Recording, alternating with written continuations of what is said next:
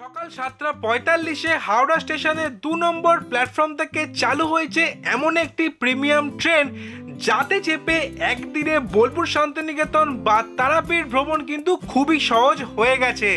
আমি কথা বলছি ইন্ডিয়ার 60 নম্বর এবং হাওড়া থেকে চলা সপ্তম 22-309 হাওড়া ভাগলপুর বন্দে ভারত এক্সপ্রেসের কথা, যাতে চেপে মাত্র 1.5 ঘন্টায় বোলপুর শান্তিনিকেতন এবং 2 ঘন্টা 15 মিনিটে পৌঁছে যাওয়া যায় রামপুরহাটে। হাওড়া থেকে বোলপুর শান্তিনিকেতন পৌঁছাতে এই ট্রেনের চেয়ার কারের ভাড়া হচ্ছে 650 টাকা এবং রামপুরহাট পৌঁছাতে চেয়ার কারের ভাড়া হচ্ছে 740 টাকা। আর এর মধ্যে কিন্তু খাওয়ার দাওয়ারের খরচা কিন্তু যুক্ত করা আছে।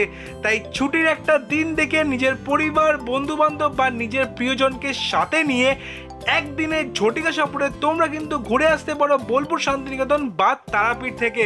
আর এই ট্রেনের ওপরে ডিটেলসে কিন্তু আমার চ্যানেলে একটা ভিডিও আছে, যার লিঙ্ক আমি এই ভিডিওতে দিয়ে দিলাম।